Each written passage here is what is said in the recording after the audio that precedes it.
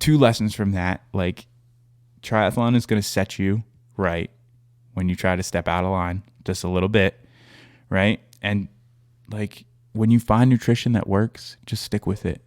Don't listen to what your friend is doing and what Susie at the gym does and what works for Bobby. Like, when you find what works for you, just stick with what works for you. Because if you start messing around with that kind of stuff, especially in the middle of your season, you're going to find out the hard way that it's just not, like, it's not a good idea. Right. Like, just stick with what works. That is me back for part 2.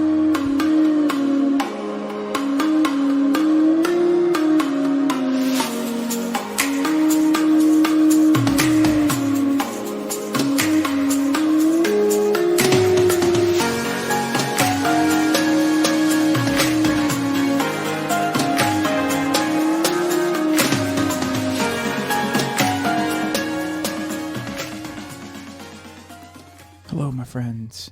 How are you? Here we are, back for part 2 of my complete episode, where I sit down with one of my best friends, Jimmy Dollinger, and we go through my story, my transformation, and my journey through weight loss and into triathlon. If you did not listen yet, it will probably make much more sense if you go through and listen to part 1 of this episode. I have never done this before. I've never split an episode, but this chat was a little bit longer than what I typically upload, and so I decided that it might be a better idea to split it up into 2. And so that's what I did. I uploaded the first half on Tuesday, January the 8th, which is, oddly enough, the first day that I ever uploaded an episode for this podcast. So it's quite fitting that I am uploading exactly 1 year later, which was the goal, my entire story. So, like I said, if you missed the first episode, go ahead and go back and catch that one. I uploaded this so that you could kind of listen to it in 2 different chunks, because it's a little bit longer, and I hope that you enjoy. So, without further ado, here we go with part 2 of my story. Right, and another thing, this wasn't just a straight up, I'm going to just exercise and lose weight. It was at first.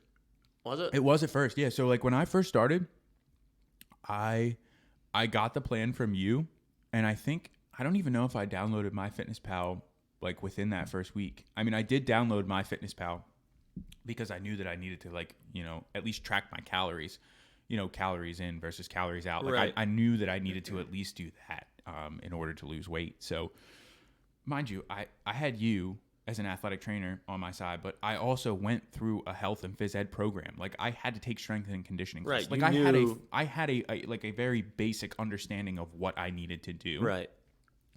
The switch was just never flipped. So I knew that I needed to track something, right? So that was it. Like, when I first started, from September through November, it was just working out. Go to the gym, work out, track calories. Like, and those were the only 2 things that I was doing. And there were definitely a couple times where I was like, okay, like, these machines are cool, but, like, I want to go over there. Like, I want to try that thing, and I want to try this, like, and I want to do that. So I remember all throughout the way, like, it was probably maybe 1 exercise, maybe 2 exercises, like, per week that I would send you and be like, hey, is it cool if I add this in? Can I do like, this? Swap this, or, like, do that, right? So yeah, that's what it started with. That was it for the first, like I said, September, October, probably through November. And then you stepped on that scale and you saw 296. Yeah, 297. Yeah. 296, 297. Did that flip the switch? Were you like, shit, I'm under 300. Like, let's go. Well, see, I didn't know. Like, I didn't know where I was. So that was, like, my starting point, right. quote unquote. But you was also, the 297. You also knew, beyond a shadow of a doubt, that you have already dropped 10, 15, 20 pounds. I don't know if that even went through my head at that time. Like, it was just a matter of, okay, this is going to be the first time that I step on the scale, and, like, this is going to be, like, my baseline. Like, this is where I know that I have to start from. So I saw the 297, and I don't necessarily know that it was, like, an oh fuck moment. I think it was just say, okay, like Here I that's am. right. That's where we are. Like, Let's go. Like, Right. let's just, we got to do it, you know? Then, right? So you implement this program. You're seeing kind of the pounds come off. You have the MyFitnessPal. You're tracking calories in, calories out. And then I vividly remember, I don't even know what year it was. I don't know what day it was. You said, I'm going to do paleo. Mm-hmm. And I went, what the fuck is paleo? Yeah. So talk a little bit about that. Like, how did you get into just kind of flipping that side of the food aspect of it and making sure that you weren't hitting Wawa 3 times, 4 times a week with 2 pretzels and an iced tea? Yeah. So, well, the first one, so before paleo, I'm surprised you don't remember this message, but I sent you a message and I think I gave you what my weight was at the time. And it was Thanksgiving of the same year. And I sent you a message and I was like, hey, this is my weight. Can I go for a run? Yeah. And you were like, yeah, go for it. Like, it should be totally fine. Like, yeah, go for it. And that was the first time. It was still Thanksgiving. I was house sitting over in Oxford. Yeah. And I was like, I do remember that. I was like, all right, cool. I have the all clear. And that was the first time that I went for a run because I wanted to go for a run. And I remember I still have a screenshot. My average pace was like 15 something per mile. And my goal for that run was to just run the first mile. Right? Not stop, no walking. Yep. No walking within the first mile. That was it. And is that the way that you have to do it? No, absolutely not. Like, you could go and run for 5 minutes for the first time if you haven't run before. My goal was that I didn't want to walk within that first mile. Right. Why? I don't know. I couldn't tell you why at this point, but that's what I did. And I think I ended up doing like 3 miles that day of a mixture of run, walk. Mind you, I was doing some form of cardio, bike, elliptical, something else for the last 3 months, right? Essentially, like this is Thanksgiving. It's the last Thursday in Christmas, so the last Thursday in November. So I had like a solid cardio base at the same time. So yes, 3 miles is insane for your first run, but I did have a cardio base to go off of. Right, you weren't worried about your heart exploding. No, not at all, not at all.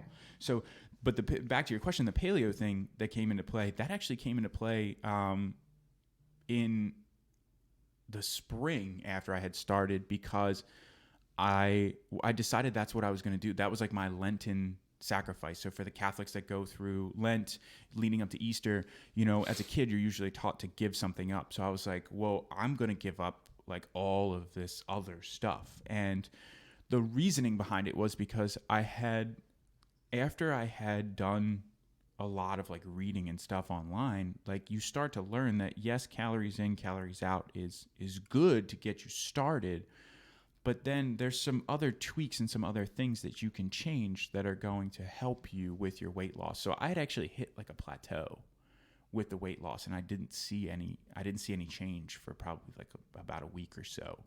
And I was like, well, I got to switch something up, and this would be a solid sacrifice. So all right, let me try this. And I guess probably the hardest part about it when I did it was on Fridays in Lent, you're not allowed to have meat either, right? So the paleo diet is basically meat and veggies and potato. Like they call it the caveman diet. It's basically anything that comes from the earth or the ground, So yeah, that no meat thing was difficult on Fridays, man, because it really limited what you minus the no bread part, right? Paleo, no bread. Paleo is it's been changed up a little bit. Now they make paleo bread, which is like, has like a lower carb content and all that stuff. But, right. But the family pizza spot on Fridays. So, and here's the thing. And actually I remember talking to somebody about this. That was the one thing that I didn't give up. I did from day one. I did not give up eating pizza on Fridays with my family. Thing. Yeah. Like we have had pizza on Fridays for as far back as I can remember. And so that was something that I never gave up. I ate pizza still every single Friday. But here's the catch. I didn't have pizza on Tuesday and Thursday before either. You know what I mean? Like, and so, I was clean throughout the entire week. And that was like my reward. my big like to do. And then guess what? Like Saturday and Sunday, I was right back on it again. So yeah, the paleo thing came into play because I figured I wasn't gonna do Atkins. Like I wasn't gonna do like that. Right, the fad. No, Right. I wasn't gonna do the bullshit stuff. Right. And so even still to this day, I'm super against all of that like bullshit nonsense. The only one that I actually think has like any solid foundation is Weight Watchers. Like, yeah, it's weird that they do shit by points or whatever, but they like their point system is teaching you that vegetables are better than a slice of white bread. Like, I like the fundamentals of what that program tries to teach people. Well, you get that level of control too. Mm-hmm. Like, you know, you have a certain allotment of points every day, and Right. you're not going to eat something that's 10 points versus something that's 2 points. Mm-hmm. It's just kind of simple logic. Yeah. All right, so let's kind of move things along. You got your first run in, 3 miles. You did successfully complete that 1 mile, right? Yeah. There was no walking in the first mile. mile. No walking within the first mile. Then the next 2 were the run walk maybe jog. jog. Yeah, it wasn't fast. I mean, like I said, I still have the screenshot. It was about an average pace of like 15 some minutes per mile. But the thing that I want to say there is, you set a goal, and you hit that goal, right? I'm a teacher now, and I always tell my kids, you got to be able to know you can do something before you're going to go and do it again, right? So you ran that first mile, and then you're like, shit, I can do this. This is a possibility. I've seen this trend from here to here, going like weight loss concerns. You made it. Your body knew that you could do it, and then you continued to progress, right? And then maybe your runs got to 1.25 miles, 1.5 miles, 1.75 miles, 2 miles, and so on and so forth. So at what point in your head did you say, let me hop on a bike, right? Because you've said like lifeguarding. Mm-hmm. You do the swimming thing. Yep. Right? We know that you can swim. You teach swim lessons. Mm-hmm. We now know that you've had a successful run, right? And you can run a little bit, and your cardio is getting there. How in the hell did you wake up one day and you're like, I think I'm going to try triathlon? Like, how did that work in your head? Well, I was on the bike before I did the run because the bike was one of the approved cardio options. So I was allowed to bike before I was allowed to run. This is true. Right? But something that I realized when I was working at Hack versus when I was working at the Y, and it could just be the environment, was that there was a lot of people who did triathlons. Now, mind you, this is, I don't know. I mean, when I started at Hack, it was probably a couple years down the road. So you figure triathlons picked up in popularity, right? So it could be that it was just the popularity of the sport and not necessarily the environment.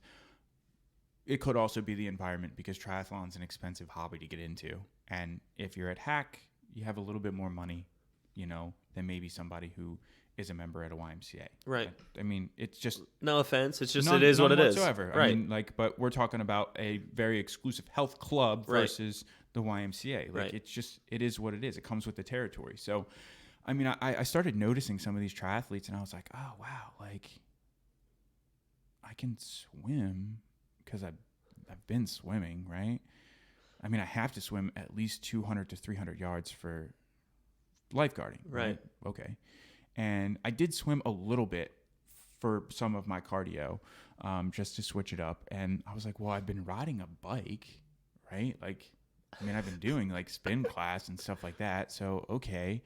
And I've been running a little bit. So like the thought like kind of crossed my mind and I was like, dude, what are you thinking? This is not going to fucking happen. Like, are you out of your mind?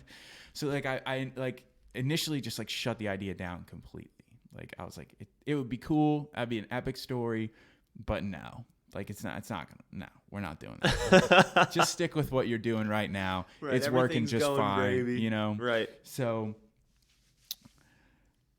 I may have even been at work at the time, and I get a text from Megan Hoops, and she's like, "Hey, I'm coaching this adult right now in swimming, and they're training for a triathlon. Would you want to do a triathlon?" And I was like, "Fuck." Are you out of your mind? I was like, I've been thinking about that. Oh no, that was the. Oh yeah, this that was after. Like the thoughts had already kind of like come in. So I was like, well, actually, that's crazy because like I've been thinking about that. And she's like, okay, well let's look up some races. So I found the race in Dewey, and I was like, hey, there's this one in Dewey.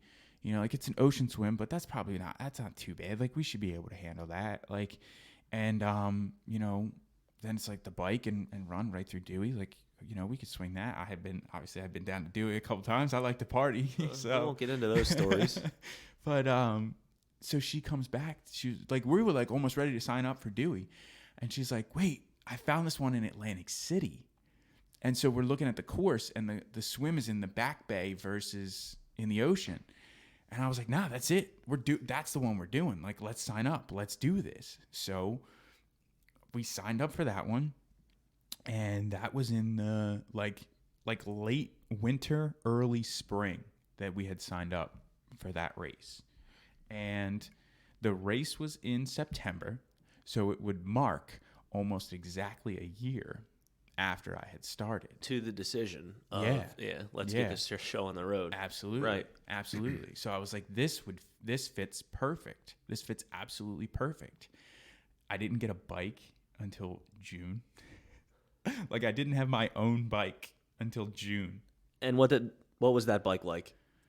I mean, so I still have it. Like I actually still have it. I've made some changes and upgrades to it, but dude, for when I bought it, and it was a bike that I had gotten, you know, a friend had gotten it, and like for when I got it, it was perfect. It was perfect. It was absolutely perfect. Good for intro what bike. I wanted to do. Right. 100%. Like it did not have every bell and whistle, but guess what? You didn't need it. I didn't need it, and it was a good bike that I knew was going to last. Right. Like it wasn't just like I went to Dick's and bought like some bike. Huffy. But at the same time, and I still remember the guy who helped me find this bike. He said to me, he was like, dude, don't go out and go to a bike shop and buy a bike that's going to cost you $1,500. Like, you don't even know if you're going to like this. And I was like, well, I'm kind of having fun already. But I'm like, okay, you're right. Like, I don't know if I'm going to like this triathlon thing. So maybe I should hold off and just do this. And I mean, I don't remember what I paid for it, but it was certainly under $1,000. And, you know, so that was 2 months? It was like 2 months out from the race. I had gotten my own bike for the first time, and no clips on the pedals. Like, it was just a flat platform pedals. And I went and rode it in like a parking lot for the first time because, mind you, I came from like the BMX side of it. So I was used to having these like super fat tires, and I looked down at this tire that's on a road bike, and I was like, holy shit, how's this thing even going to stand up? 3/4 of an inch wide. Yeah. So, but yeah, I mean, I got that bike, I started training, and I had a few offers to do triathlons prior to, because obviously I started talking to people, and, you know, I'm like, oh yeah, I'm training for a triathlon. And I had offers to do like a race in June, a race in July, and I think somebody even tried to get me to do a race in August. And I was like, oh, I could definitely do it. Like, I'm definitely ready. I could definitely do it. But I was like, no. Like, I made a promise to Megan, like, this is going to be our first race, like, right, together. Like, we're going to do this. You know what I mean? So I did not take anybody up on those opportunities, and Atlantic City was my first race. Now talk to me about the race. I was there. I remember the race very vividly. Yeah. It was cold as shit that morning. Oh my God, it was so cold. I do remember that. It was so incredibly cold. And I remember even just the night before, like there was no way I couldn't sleep. Like I was just amped up. And we woke up, and I ended up walking from my hotel over to transition, and we were walking down the street, and I remember this dude hanging out the passenger side of like this Dodge Caravan. He's like waist up out the window, singing, quote unquote, Sweet Caroline, and it's like 4:30 in the morning. My man was just excited. Like, he hasn't gone to bed yet. I just got up, and like this is Atlantic City, baby. I love it, right? So we get over there, and just long story long, like it was just one of those things where I was a complete newbie, but I felt like at the same time, like there is no like newbie in the sport of triathlon either. Like everybody is willing to help you in the sport, right? So from everything leading up to the gun going off and everything after the gun going off, like after you cross the finish line, I should say, it's a community and everybody's willing to help everybody. And like if you put your bike on the rack the wrong way, somebody's just going to say like, hey, flip that around. And like, you know, like you're supposed to set yourself up on the front tire, you know, because that's your down tire, and you're supposed to rack by your seat. And like people help one another. Like the gun goes off and it's a competition. It's a race, right? But like people help one another. So I didn't feel like I was like sticking out like a sore thumb, like, cause this was my first one, you know? But I think that's something to touch on too. And I think that's probably one of the best reasons why you've fallen in love with it. And it all goes back to not having that from your past. You know what I mean? yeah, Like you had like your close knit group of what, maybe 5, 6, 7 high school friends, and oh yeah, at least. I mean, I'd have to like go through the names in my right, head, but like yeah, it's yeah. But you had that. But everywhere else, right, from total strangers, you got the look, and you didn't have somebody reach a hand out and say, "Listen, man, I'm here to help you." Right. You know what I mean? Right. So it's like you find this sport. You meet these people who you've never met before in your whole entire life, and they're there to catch you when you fall. And you did that first race. Mm-hmm. And I remember you finishing that first race, and from that moment, you were completely hooked 100% on that.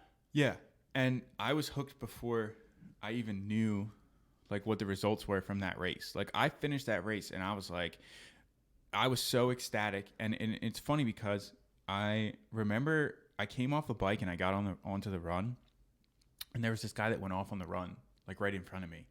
And I just wanted to be able to see him for the rest of the run, right? So I did not look at my watch for like once. I just wanted to be able to keep my eyes on this guy for the rest of the run. And so we go up on the boardwalk, and the run course is a little bit different now. So if you have done AC recently, it's different. But we went up on the boardwalk, and we got to the turnaround, which is probably about halfway through the run. And we're coming back down the boardwalk. And I remember I like glanced down at my watch just for fun. And at one point, I think I saw that I was running somewhere in the 7-minute mile. Like I was well under 8. I was like around 7:30 or something, I want to say. And I was like, what? Like, what the fuck is going on? Because I had never. You weren't used to seeing those numbers. I didn't see that pace. I had never seen that pace, like when I was like training, quote unquote. And so I was like, okay, well, I'm just gonna keep going with this until like I can no longer go with it. You know what I mean? And I ended up finishing it, and I like looked down at my watch, and I was like, it's like an hour and 5 minutes or something for the race, and I was like, sprint distance, wow. right? Yeah, sprint distance. Yep. And I don't remember. I told somebody what my goal time was. I was like, yeah, I want this to be about my goal time, and you know, I wanted to finish in the top 10 in my age group. And I remember I told this guy that before. It was like probably like a week or something before. And he's like, oh, listen, man, like it's your first race, like, you know, let's not get too far ahead of ourselves, like, you know, just go out there and have fun. And you know, he's like trying to give me this talk to like, you know, make sure that I like don't get my hopes up for something. And I mean, unbeknownst to him, like I was already one of those people that went on and looked at the results from last year and like knew exactly what my times needed to be, and like looked at splits and like looked at people's 5K times, looked at people's bike times, and like I had a pretty good idea of where I needed to be. So it was like an educated guess of me being in the top 10 if I could accomplish this time, right? So we finished up the race. I think the AC Beer Festival may have still been going on when we were there. So I think we grabbed a beer or something, and I had checked. I don't remember if I checked the results or you checked the results. Somebody checked the results, and I think it came up, and I was in like sixth or something like that. So I was like, oh, that's great. It's fucking awesome. Yeah. Like, there you go, top 10. Like, right. I came here, I accomplished the goal that I wanted, right? So I go back to transition to pick up my stuff, and we're walking through the parking lot, and I have my bike and everything. And now, hang on. We are a ways away. Oh, we're ways. Yeah, we are a ways away. We are a ways away from where they're doing announcements. The announcements and the awards. Yes, of the results, yes. So we're walking back, and it's me, it's you, and it's your mom. Your mom came down for the first race. Yep. And so she like smacks me on the shoulder, and she's like, they just called your name. And I was like, oh shit, I must have forgot something, or like I like dropped something, so they must have like, they're calling my, and she's like, no, they're doing awards. I'm pretty sure you like, I think that they're calling your name. So I looked, I grabbed my phone and I texted Megan because she was still there. I was like, hey, are you still there? And she's like, yeah, they just called your name. You were on the podium. And I was like, what? My man. So yeah, it turns out that I was actually fifth in my age group, and I learned obviously later there's like this policy where if you finish top 3 overall, you actually get taken out of the age group, and so then everybody moves up a spot. So yeah, I was fifth, but I was hooked way before I even figured all that out. And that result, not even that result. I mean, you had the bug. It was the experience. It was 100% the experience. And I've said it before on this podcast, and I've said it when I write posts online and everything. I think that if I did not do a Delmo sports race for the first time, I would not have been as hooked on this sport as I was after that first race. And it's actually funny to look back now because Delmo Sports has come a very long way from where they were when I did that race for the first time. But the passion has not changed. And that's the thing. Like, Steve has a passion about his races and his company and everything that he does that it's unmatched. Like, there is not another local race director who puts that amount of passion into their events. And now Delmo has turned into a pretty good partnership. Yeah, I mean, I've had a great relationship with Delmo. I have no qualms with promoting his events. I am a customer of his. I promote his events. I've gone to expos and stood at his booth and promoted his events because that's how much I believe in his company, in his mission, and just him as a person. Like, and that's why I had him on the podcast. Like, right, that's awesome. Like, I wanted him to tell his story because, you know, he has an awesome story too of coming from, you know, multiple different backgrounds. So, and you think about, I guess, just the relationships that you build with people, right? You've been doing Do It For Yourself for a full calendar year. How many people, ballpark, would you say that you've met and you've built friendships with, not just from doing the podcast aspect of it, but you're pretty popular on Instagram. You do the Instagram, the Twitter, the Facebook, the whole 9 yards. How many people would you say that like have touched you or you've touched through just jumping into this sport? You know what the coolest fucking thing that happened was? I was on a run course in Princeton, New Jersey, and I'm running on the run course, and I'm running one way, and this dude's running opposite of me, and he's like looking at me, and he's looking at me, and he's looking at me, and I think we were allowed to have custom bibs, so I had Do It For Yourself on my bib, and he was like, yo, I know you. I follow you on Instagram. I know you. And that was like one of the coolest things that's happened, and I still keep in contact with him. Like, so, like, that stuff is awesome, you know, but just, Yeah, a lot of the people that I've met, and there's been a lot of people, because a lot of us post about the same things, you know what I mean? So like a lot of us post about the same races, and you know, like if you're in the area, then that's like, a lot of people from New Jersey go and do Delmo races, and a lot of people from New Jersey go and do the New Jersey State race. Like, so, you know, when you're hashtagging New Jersey State, like if you start going through those posts and seeing who else is there, like that's how you meet people. So yeah, I built a ton of relationships, and a lot of these people that I've had on the podcast, like some of them were relationships that I had prior to, and other ones are just ones that I've built just from the podcast and just hanging out with these people and getting to talk with them. And that's like, awesome, man. It's really, really awesome. Like, it's really awesome. Yeah, that's pretty sick when you really look back at it. And you said it, they're strangers. Yeah. And then you hang out for, 30, 45 minutes, an hour in transition, and just shooting the shit with somebody. And then you're like, oh, how can I get in contact with this person? Yeah. That's sweet.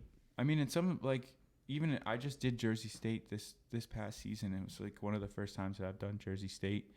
And I had 2 experiences like this season, which is weird, but it was, you know, like, it's been awesome at the same time. So this year I had an amazing partnership with Pactimo, and I was able to design my own kit, right? And so it had my logo on the front and the back. And when I got off the bike at Escape the Cape and I was going out onto the run, I had this guy come up behind me, and he, like, you know, gave me a pat on the back, and he's like, "What's up, man? I follow you on Instagram. Like, I really respect everything that you're doing, and I think it's really fucking awesome. And I just wanted to say, like, keep it up, because I think you're doing some really cool shit." And he just took off, right? And that's all you needed. And I was like, wow, that was really cool. And like, I actually ended up finding him on social media after the fact, and I sent him a message, and I was like, "Hey man, I just wanted to say thanks." I didn't hear from him again, but like, I just wanted to be able to reach out because he took off. Like, right. Like, I had him on the bike, but he had me on the run. Like, and that's, I mean, it is what it is. But, so that was really something that was really, really cool. And I had another guy at Jersey State that just this past year, and he was like, "Dude, I was like right behind you on the run, and like you were my target. Like, I was trying to catch you, and I couldn't get you." And he's like, I was actually kind of surprised at the clip that you were cruising at, like, through that run course, but like, you know, like, much respect. Feels good, doesn't it? And it's funny because, like, prior to this, like, I wasn't an athlete. Like, yeah, I played lacrosse. I wasn't a fucking athlete when I played lacrosse. Like, I didn't take it serious. You know what I mean? Like, and so it's interesting now to be like, and that the dude at Jersey State, I don't know if he follows me on Instagram, so he probably doesn't even have any idea, like, what my story is, you know? Right. And so he's coming up and just, like, thinking from, like, one athlete to another, like, hey, like, I was trying to catch you and I fucking couldn't, right. you know? But really, in the back of my head, I'm like, yeah. You damn right. Because if you did catch me, you still wouldn't have been able to, like, I still would have put it, like, I would have tried to stick a thorn in your side the whole time. Kick you it know into what second I mean? gear. So yeah, those kind of relationships and that kind of stuff is, I mean, that's kind of what keeps it going, you know? Right. Like, you look forward to that stuff. Yeah. I mean, right now it's like, what else do I have to look forward to? I've Escaped the Cape in June to look forward to, right? Like, because it's freaking cold right now, and right. like, I don't want to get on my bike just as much as anybody else doesn't want to get on their bike, but that's the thing that kind of keeps it going too. At the same time, it's like, yeah, I don't want to get on my bike, but I also don't want to be 300 pounds ever again. That's true. You know? So, and a lot of people are like, oh, well, because there's times where I just don't want to get on my bike. You know what I mean? Like, right, there's times where I just don't want to go for a run, you know? But a majority of the time, this is still the thing that makes me, like, tick. This is still the thing that I look forward to. Right. Even when you're not in season. Yeah. Oh, you still have something to look forward to. Yeah. And I still love riding my bike too. Like, you know what I mean? Like, even the new Zwift thing is definitely helpful. Like, that makes it a lot easier to stay with it while you're while you're in the off season. Yeah, I get the Saturday morning snaps. You know, But like even still, I think this is something I'd much rather be doing than some of the alternatives. I don't do Zumba. You know what I mean? Like, that's just not my thing. It's just not my thing. Was that a Preston Russell reference? No, not at all. P does his thing, man. Like that's just him. He's just out there doing it. So talk to me a little bit about the learning curve, right? So it's hard. It's hard for your first race, right? For that average listener out there to podium in your first race. That's like we were half a mile away in the parking lot in Atlantic City getting ready to leave, and we hear Ian Harding over the loudspeaker, and we're like, oh, shit. Yeah. Right? So what have you learned since that first race to where you are now? I mean, we know that you've qualified for age group nationals, the whole 9 yards. But just talk a little bit about the learning curve. Like what would you recommend, or what has gone wrong for you that you would that you would let wrong? Yeah. First of all, an hour and 5 minutes will not get you on the podium anymore in Atlantic City. I've learned that. So as the sport grows, it gets faster and faster. Right. Okay. So I went back to Atlantic City the next year and actually put 3 minutes onto my time from the previous year. Right. So there's a lot of things that I've learned. And the first thing that I've learned is quite possibly the most important purchase I ever made when it came to my progress in triathlon was a coach. Somebody who is trained to do this and set up your workouts for you. There is not a price you could put on that. You could spend $3,000 on a new set of wheels and you're not going to get the results that you would spending $3,000 on a coach. And there's just, depending on what level you want to take this to, depends on whether or not you need a coach. Or depending on what level of accountability you need, depends on whether or not you need a coach. If you can set up your schedule and you can set your workouts and you can set up exactly what you're going to do for the whole week and you can still hold yourself accountable, more power to you. I can't do that. Right. Some people can't. Right. And I know that I don't think that I would be able to get myself to the level that I want to go to either. Right. So ultimately, I want to place high enough at one of the 2 age group national races in order to get me to Team USA. I don't think that I could get myself to that level. Like, I don't think I could design a training plan for myself. You know what I mean? Right. Like, I could most certainly design training plans for other athletes. And you're doing it. And I do it. Right. And I can get people to progress and accomplish things that they never thought were possible. But it's a whole lot harder to like try and coach yourself, right? And I think the top athlete in our sport who was coaching himself has learned that the hard way as well, right? So Lionel Sanders, who is the top self-coached athlete, finished second in Kona in 2017. Didn't even break the top 10 in 2018, right? So I think that he's learned the hard way that sometimes you have to get some outside help. Right. Somebody's got to drive you to get there. And so I think that's been the most important thing that I've learned.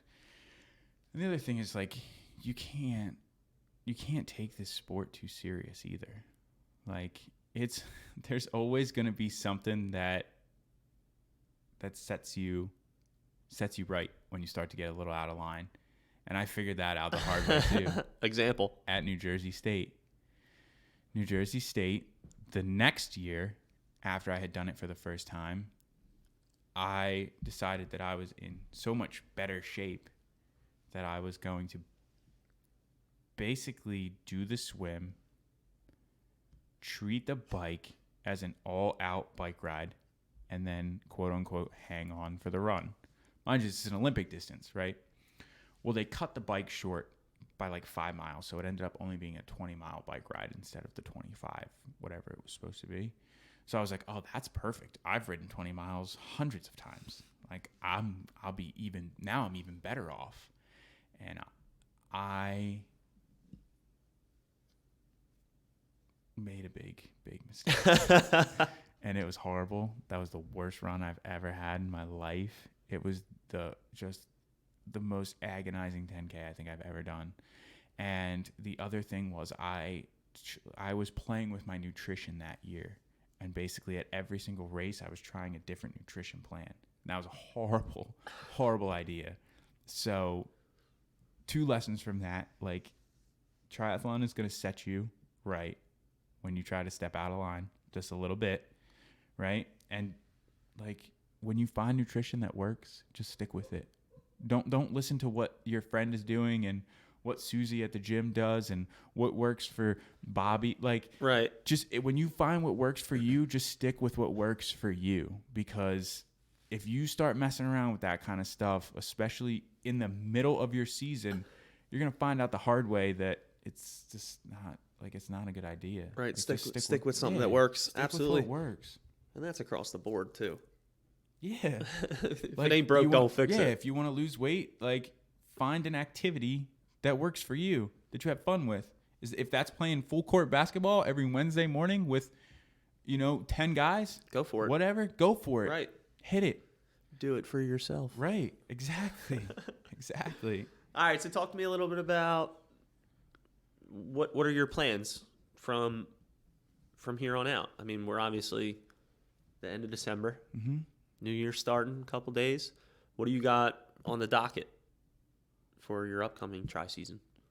For the upcoming tri-season, I'll return to most of the races that I did last year. So I will go back to Escape the Cape.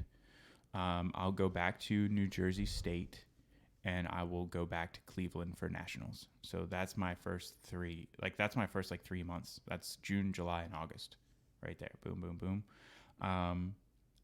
Depending on Jersey State and some other races, I may try and throw a small sprint race in there. And then August, I will go back to Wildwood because I love that race. And I want some redemption at that race from just this past season. Because this past season, I dropped. So when I did AC and I put on 3 minutes, this past season I took 3 minutes off of a sprint distance race, which is huge. That's a lot of time in a sprint distance race. Yeah. You don't have much time to be making not up a lot of 3 distance minutes. There. So by time of 105 or whatever it was, I was like, for sure I'm going to get on the podium with that. I crossed the finish line and I was like, I got nothing left. Literally, I have nothing left in the tank after that race. And I think that was good for 3rd. Mind you, first was 104.45 and second was 105.30 something and I was 105. So we were racing that day. Right. And so that was a lot of fun, but I'm going to use that as a training race for and I haven't seen it yet. There hasn't been any sort of update, but I'm going to do the draft legal sprint distance nationals that used to be in Sarasota, Florida. I'm not sure where it is this year. They have not made that announcement yet. I'm hoping that it's somewhere in that general neighborhood because that would nice be convenient for me. Yeah, and it's in October, which I kind of found out the hard way that even in October, it's not cool in Florida. It's still 90 with 110% humidity, so it's still real hot down there. But I was told that Worlds 2020 is in Edmonton, Canada, which is the closest it's been since it was in Chicago. I don't remember how many years ago. So I missed the boat on that one, but I wasn't that deep into the sport when it was in Chicago. Right. So I'm kicking myself for not going and seeing that one, and I'm also kicking myself for not going and seeing the UCI World Road Cycling Championship when I was in Richmond, frickin' Virginia. But again, I was not that deep into the sport. So that's my racing plan for 2019. Podcast plan is I want to hit the same number of downloads that it took me a year to get in 6 months for the next year. So in May of 2019, I would like to be at double what it took me to do a year. Lofty. Yeah. It's all right. Yeah, big time. Got to set the goal to reach it, right? Well, and you know what? I mean, that means that I have to book some big guests, and I got to get the word out there, and I got to share it. I have to put in the work to get it out there. So with everything. Yeah. It's lofty, but we'll see what happens. I'm having fun doing it, so no, this is a blast. It doesn't matter. I didn't think I was going to have this much fun doing it. I already knew the story, and I'm sitting here and all like, oh, man. It's funny how it works, but man. Remember how I was keeping the drinking close to the chest? Like, there's shit that, like, I kept close to the chest that people don't know. Right. Like, and it's important to put it out there, too. Because you never know who's going through what. Your message, brother. I heard that, bro. Well, listen, man. Just on a personal level, I've been in it since day one. Absolutely. With you, and probably not the biggest influence, but an influence nonetheless. And I just want to let you know I'm proud of you, man. You've made some changes in your life that I wouldn't say I wouldn't have expected. Looking back, since 2005, since we've known each other, and the lives that you've touched and the people that you've talked with and interacted with, you're changing lives, man. And I think that's what you're supposed to be doing. So I just want to let you know how proud I am of you and keep up the good work. Appreciate it, brother. I appreciate it, and I appreciate the support. Traveled across the country twice with me for nationals, so you woke up at it's at least 4 or 5 times that you've been up at 4 o'clock in the morning. Yeah, we don't like to talk about that, but it's all right. At the transition. So, yeah, man. I'm in it with you, bro. I appreciate it. I'm on your team. Yeah, man. Team Harding. Team do it for yourself. All right. That's it. All right, brother. Got it. Peace. All right, my friends. There we have it. That is my complete story. Well, most of my story. There were definitely a few things that we missed out on, but we definitely hit on a lot of the more important points throughout my journey through triathlon, weight loss, and kind of everything in between. So I want to take a minute to say thank you. Thank you all so much for the support that you have given me over the first year in this podcast. This was definitely something that I started and I had no idea where it was going to go.